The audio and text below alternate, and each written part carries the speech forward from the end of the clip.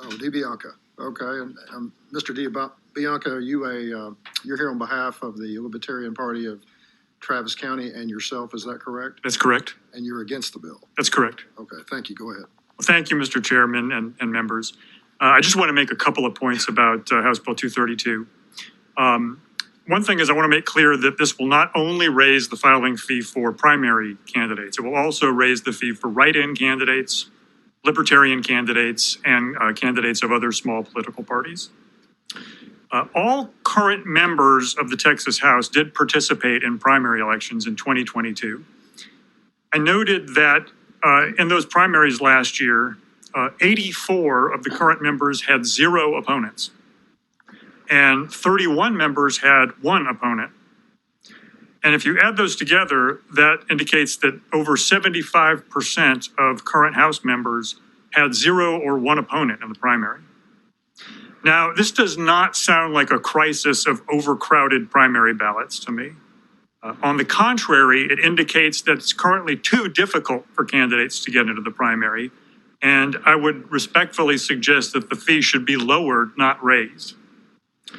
Just to sum up, this bill will harm write-in candidates, libertarian candidates, candidates of other small parties, and other candidates who wish to participate in the primary for Texas House.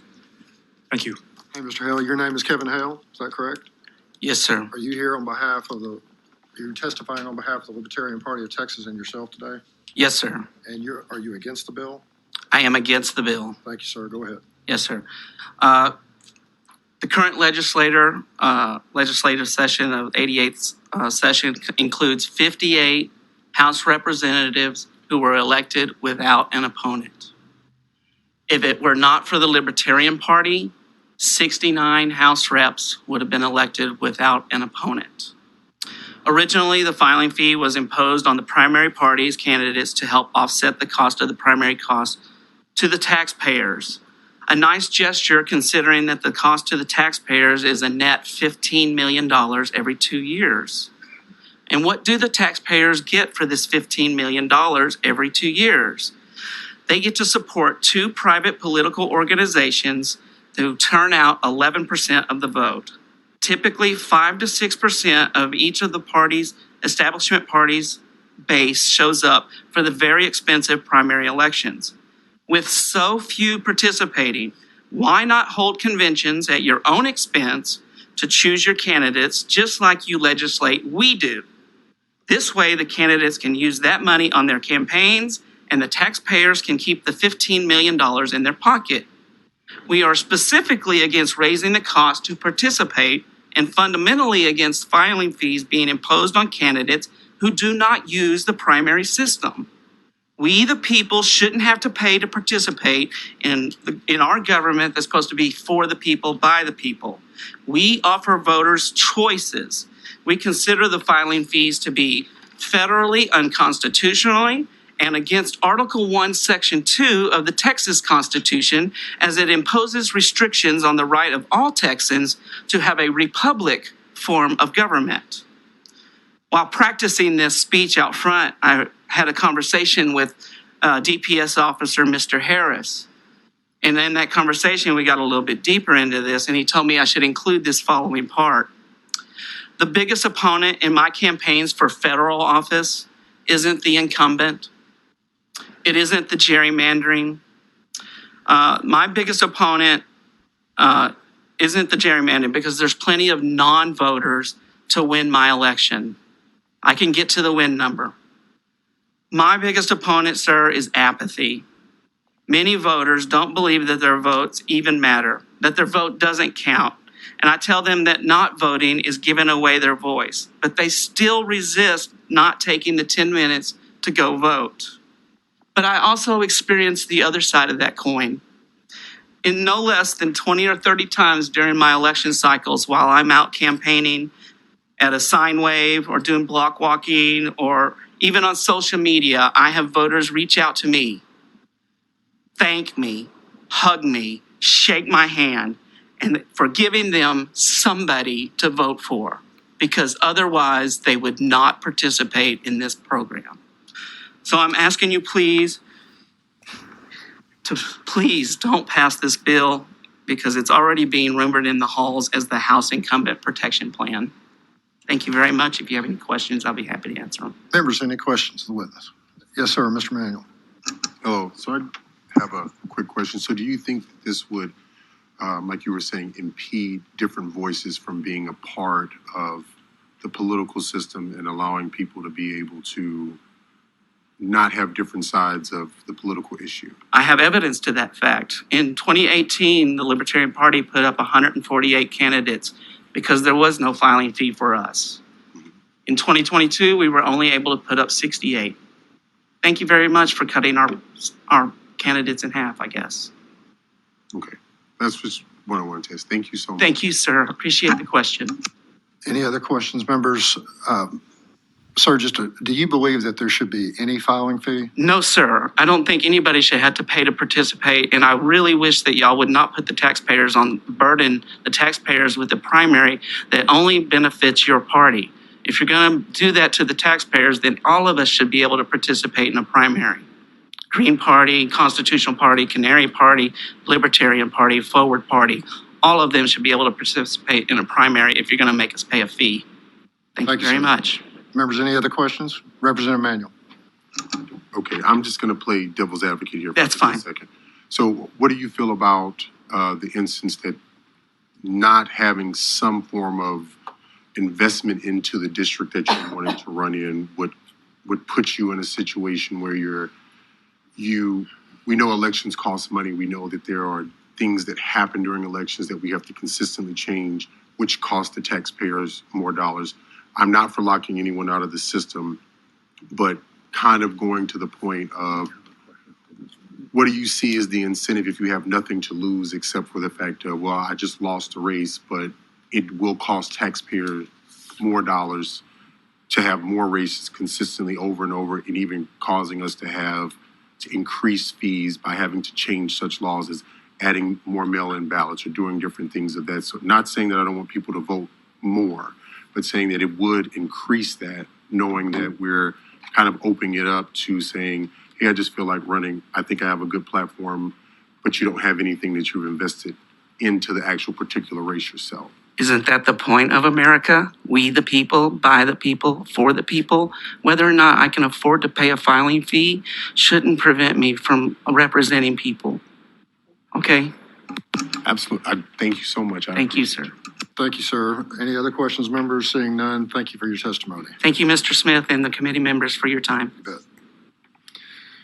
Good morning, Mr. Roberts. Your name is Joseph Roberts, is that correct? That is correct, sir. You're here testifying on behalf of yourself and you're against the bill, is that correct? That is correct. Go ahead. Good morning, Mr. Chairman, distinguished members of the committee. My name is Joe Roberts, and I was a candidate for the Texas House, a serious candidate, I might add, at this past electoral year. I was on the ballot to represent House District 100. I stand in opposition to this bill for the following reasons, in addition to many that were already mentioned. When we're talking about a $500 increase for the House, if you do the math on this, basically, we're talking not more than a couple of $100,000 that would be added to the entire process, which in the entire scope of this state budget, that's just a drop in the bucket from your perspective. From the perspective of candidates who are struggling to make those filing fees, to raise the money for those filing fees, that can be a hurdle that it raises the bar, makes it more difficult to overcome that hurdle to gain entry.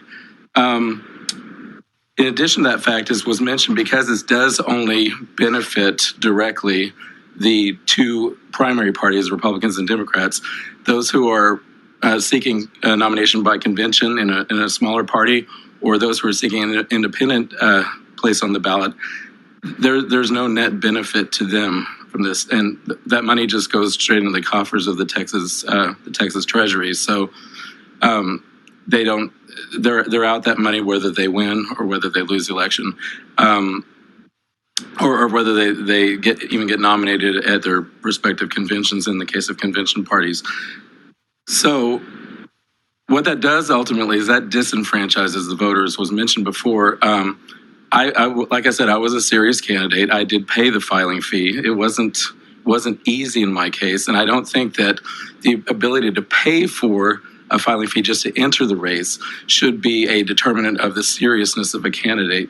Mr. Manuel, you asked the question, should there be some type of, indicator of one's seriousness? I think the fact that someone would be willing to get out there to raise that money, failing to pay a filing fee doesn't automatically put them on the ballot, either in the primaries or in convention parties. They still have to get their nomination through the process. Independent candidates have to still get a certain number of petition signatures. So there's still a demonstration of seriousness that is required. However, the pay to play aspect is something that should go. And if I had been elected, I would have filed a bill to eliminate the filing fees, at least for those who are not in a primary party, because their parties or their individual candidacies are not, they receive no net benefit from that. So for that reason, I would request that this bill be turned down. And feel free to ask me any questions. Thank you, sir, for your testimony. Is there any questions from the membership? Mr. Manuel? Yes, sir. Thank you for being here. You're welcome. Would you mind speaking to how difficult it is to get the amount of signatures? Well, I did not run as an independent candidate. I actually ran as a candidate in a convention party. So I know from past experience with other candidates I've known, I know that it can be quite an expensive process, because ultimately you're having to hire petition gatherers, depending on even with volunteers on your end, getting that type of ground support is rather difficult.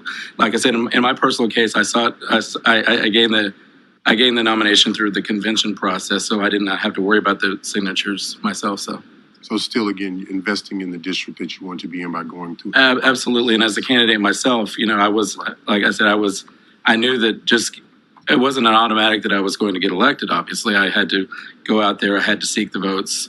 And you also mentioned the price. I don't think that my opponent would have been unopposed in the general election had I not run. I don't see there was a significant cost in adding one more blank to the ballot, which is ultimately the elections. In other words, the election was still held. The only difference was that race was actually listed on the ballot with both of us as candidates. So I don't see any significant, expense that would be incurred by eliminating these rates, these fees. Thank you so much.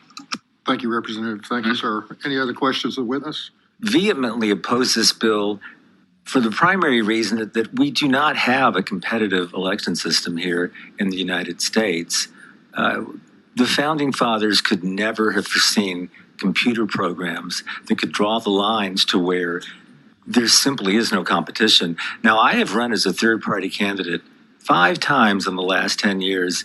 None of those elections were competitive. The last time it was against Congressman Doggett here in this very district, District 37.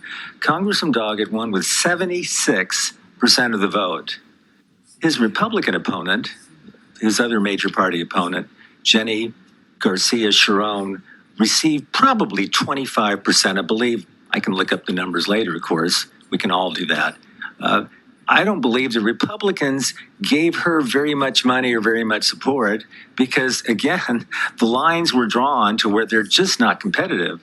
So I guess I don't see this bill as being either necessary or desirable because, I mean, there's just no competition. Cook Political Report, this last 2022, claimed that there was going to be one congressional election in the entire state of Texas out of 38. They claimed one would be in play, as they call it.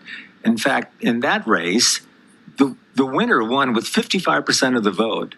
So again, Representative Swanson, I'm not sure what your race was, but I'm going to guess that you didn't have a very competitive election in your last race, or maybe the last couple of races you've had. So again, I just don't see why this bill, why we would have put a chilling effect on competition in our election process. It just makes absolutely no sense at all to me. So you can, if you'd like, Representative, you can tell us what your final results were last session, but I'm willing to bet you almost everything I own that you won with over 55% of the vote, because that's just how our non-competitive election systems are now. I mean, you're perfectly willing to tell the public what your election results were.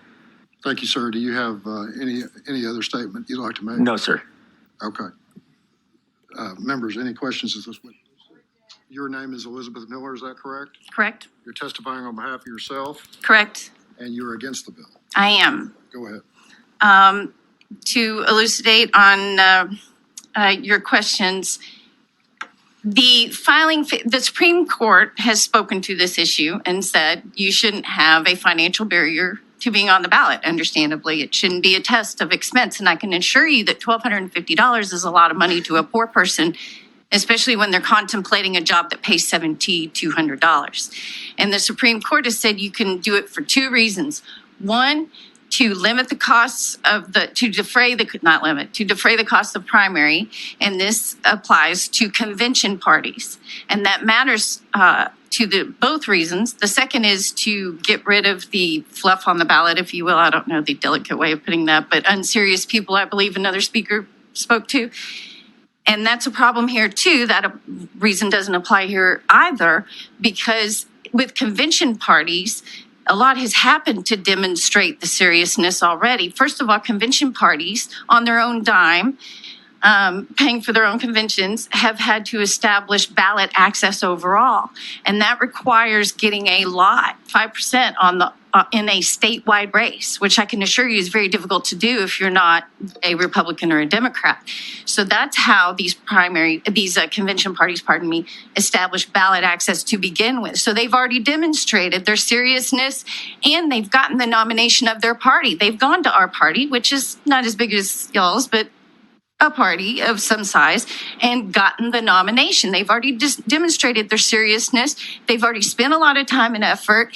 These fees don't go to defraying the primary costs. They're about getting us to pay for you. You know, we pay for y'all's primary as taxpayers, but we don't get to participate in it. We pay for our own convention. So if we want to make it even, y'all pay for our convention while we're paying for, you know what I mean?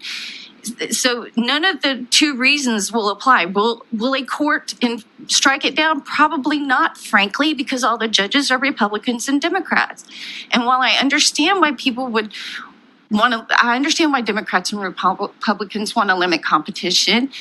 That doesn't make it right. While I understand you want us to pay for your costs, that doesn't make it right either. So I appreciate the committee's time. If you have any questions, I'll shut up.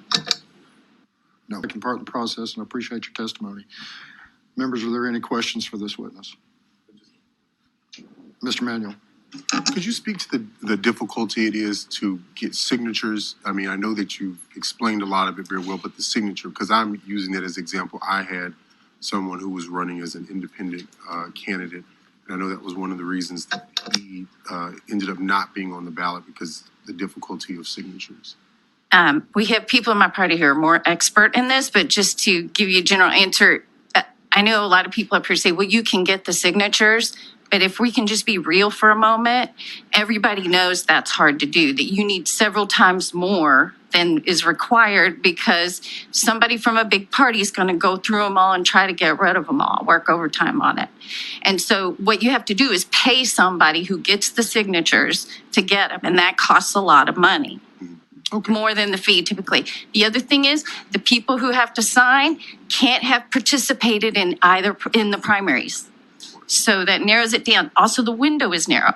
Mm-hmm. So there's no way to do it within that time period and get the net without paying somebody. Perfect. Thank you so much for explaining that. Thank you for your question.